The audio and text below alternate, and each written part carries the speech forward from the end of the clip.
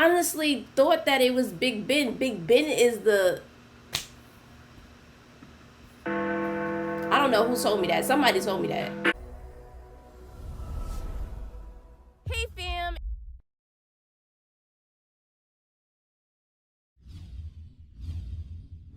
It's your girl Ash and I am back with another video, and today I'm going to be watching top 10 lies you believe about Britain. Now, I did react to this channel before. I think the video was called Top 10 British Foods. If you guys would like to check that out, the link will be up at the top. And if you guys would like to follow me on Instagram, the link is down in the description below. And if you haven't subscribed already, what are you waiting for? Hit that red button so you can be a part of the family. Don't forget to give your girl a thumbs up. Enough of me talking. Let's get straight into this reaction. It's time to brush up on your British general knowledge. I'm Ashley with Watch Mojo UK, and today we're counting down our picks for the top 10 lies you believe about name, by the Britain. way. Before we begin, we publish new content every day, so be sure to subscribe to our channel and ring the bell to get notified about our latest videos. For this list, we're setting straight those misconceptions you've always believed about this country. Number 10, all swans are property of the Queen. We've all been brought up to believe that all swans belong to the Queen, and therefore harming them or eating them is a big no-no. But why would anybody want to eat them? Comment down below, let me know if people eat swans. I don't know if people really do. I do know harming them in general, like here in the US, it's against the law, like you're not allowed to do that. But comment down below and let me know if that's actually a thing. I know people eat a lot of crazy things, and I just don't know if people eat them. Comment down below. Let me know if you ever ate them, or just let me know. But that sounds crazy. However, one 5-year-old swan enthusiast wrote to the Queen asking if she could have one, and the response she got surprised us all. A representative wrote back debunking the common misconception that seems to date back to the 12th century. The monarch actually only owns all unmarked mute swans in open water around certain areas of the River Thames and Windsor. Every year, local children are invited to witness the swan-upping event, which helps keep track of the birds.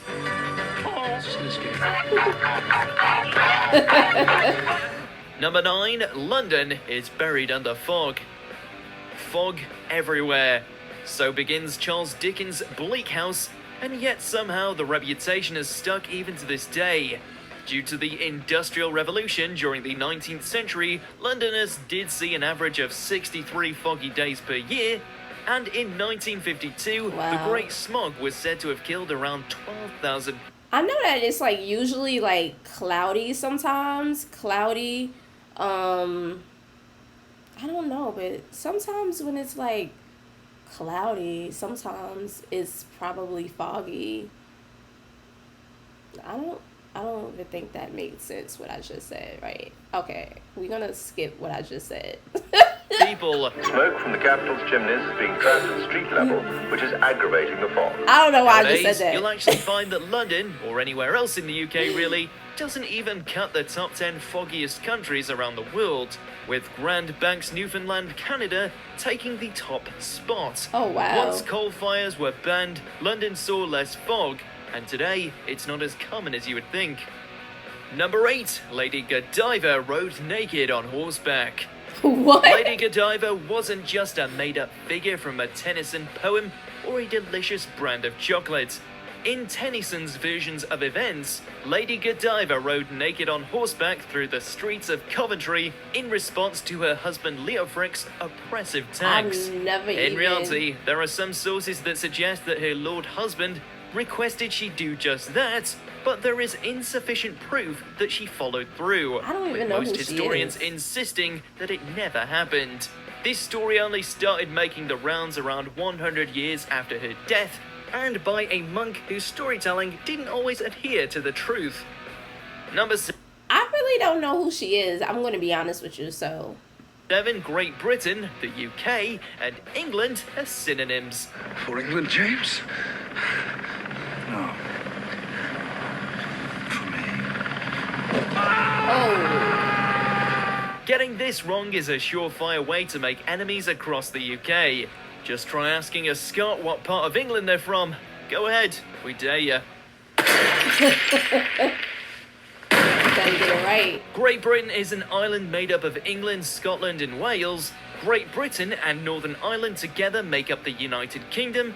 Emphasis on the Northern. Yes, that's another border you don't want to miss. I know us Americans get it wrong all the time.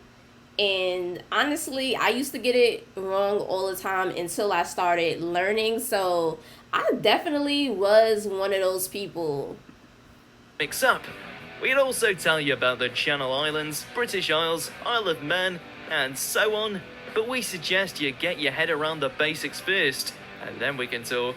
Yeah. Number 6, you're never far from a rat in London. Another stereotype of England's capital is that you're never more than 6 feet away from a rat at any given time. Look, we have a bunch of rats here in New York. It's disgusting. They will ride the train with you. They will walk down the block with you. They probably would still jump on you and steal the food out of your hand. Seriously, like, the rat problem in New York is crazy. And they're like really big. They're humongous. And they're not scared of you at all. They will literally attack you.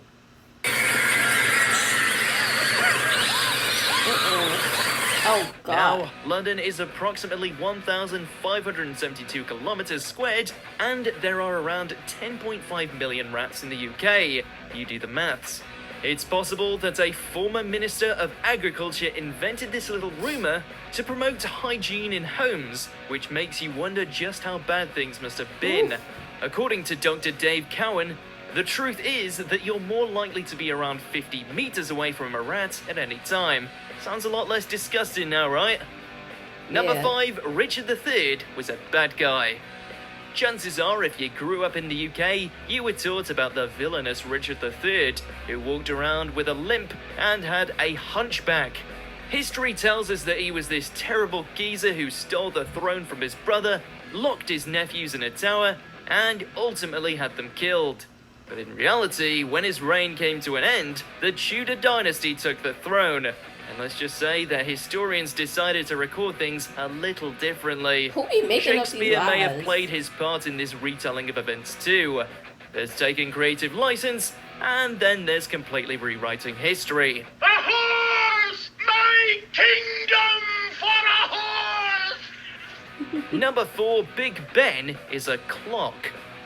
One of the most iconic features of the London skyline has been dubbed Big Ben by tourists and locals alike. But it Yeah. wasn't always called that. In the Victorian era, it was called St. Stephen's Tower, and until recently, it was just named the Clock Tower. And you really can't go wrong with that. However, today its official name is the Elizabeth Tower, in celebration of the Queen's Diamond Jubilee in 2012. But as interesting as this is, it's all superfluous for the discussion at hand. That's because Big Ben is the nickname of the bell, not the tower that houses it. Oh, bruh, really? This whole time I thought it was. I don't know why. I don't know what video I seen. I don't even know if I just automatically assumed that. I don't even know where that assumption came from. But I honestly thought that it was Big Ben. Big Ben is the. I don't know who told me that. Somebody told me that. Wow. Number 3, the Great Fire of London ended the plague. When you learned about That's the Black crazy. Plague at school, it was almost always immediately followed by a lesson about the Great Fire of London, because it was said that this fire, that devastated London, actually brought an end to the plague, right? Well, no, not really. The fire only burned up about a quarter of urban London, with the worst areas affected by plague, Whitechapel, Clerkenwell, and Southwark getting through it with barely a singe. By the time the fire started, deaths from plague were already on the decline, but once the fire was over, it was still not extinct. Number 2, the royal family always lives in Buckingham Palace. Nope. Crowds swarm Buckingham Palace every year in the hope of seeing the changing of the guards. I just recently learned that is not true. Recently, like maybe a couple of videos. I really don't remember what video it was, but I definitely just learned that. Or better yet, a member of the royal That they family don't. leaving the palace to run some royal errands. The only problem is, none of the royal family live full-time in Buckingham Palace. It's more like the Queen's office and a nice venue for special events. So very heavy. Yes. People also mistakenly look out for the Union Jack to know if the Queen is in, but it's actually a different flag, the Royal Standard, that's flown at the royal residences, Buckingham Palace, Windsor Castle, or Sandringham House when she's present.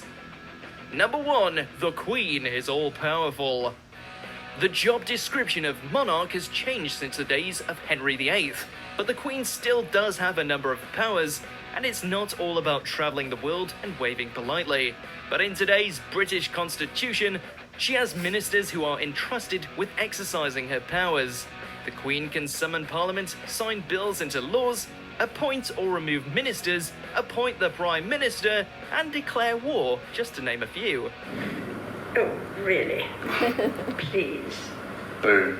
A lot of these motions are ceremonial, but it's good to know that if we were ever on the verge of war, the Queen has the power to pull that plug. Yeah. Do you agree with our picks? Check out. Wow, Big Ben is the bell. That's crazy. I don't know why I always thought that it was the actual tower of the clock. I don't know where I got that assumption from, but yeah, I just assumed that. And I know that's terrible. Comment down below. Let me know what you guys think. Don't forget to give your girl a thumbs up. And I'll see you guys in the next video. Bye, fam.